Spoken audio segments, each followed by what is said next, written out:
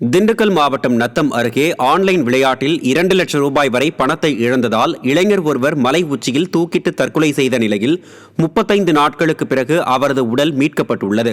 செந்துறை அருகே குறும்பப்பட்டி அண்ணாநகரைச் சேர்ந்த மகேந்திரன் என்பவர் ஆன்லைன் விளையாட்டில் பணத்தை இழந்துள்ளார். இதையடுத்து இழந்த பணத்தை மீட்க கடன் வாங்கி மீண்டும் ஆன்லைன் விளையாட்டில் ஈடுபட்ட நிலையில் சுமார் 2 லட்சம் ரூபாய் வரை பணத்தை இழந்ததாக கூறப்படுகிறது. இதனால் கடும் மன உளைச்சலுக்கு ஆளான மகேந்திரன் திடீரென மாயமான நிலையில் பாலக்குட்டு என்ற மலை உச்சியில் மரத்தில் தூக்கிட்டு தற்கொலை செய்துள்ளார். இந்நிலையில் அவரது உடல் 35 நாட்களுக்கு பிறகு அழுகிய நிலையில் மீட்கப்பட்டுள்ளது அவரது உறவினர்களிடையே சோகத்தை ஏற்படுத்தியுள்ளது.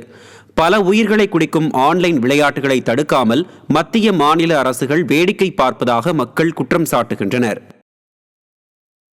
தருமபுரி மாவட்டம் ஜக்கசமுத்திரம் அரசு ஆரம்ப சுகாதார நிலையத்தில் பரிசோதனை செய்ய வந்த கர்ப்பிணியிடம் லேப் டெக்னீஷியன் அநாகரிகமாக பேசிய சம்பவம் அதிர்ச்சியை ஏற்படுத்தியுள்ளது. ஜக்கசமுத்திரம் பகுதியைச் சேர்ந்த கர்ப்பிணி பெண் பரிசோதனைக்காக அரசு ஆரம்ப சுகாதார நிலையத்திற்கு சென்றுள்ளார். அப்போது அங்கு பணியில் இருந்த லேப் டெக்னீஷியன் வினோத்குமார் அப்பெண்ணிடம் அநாகரிகமாக பேசியுள்ளார்.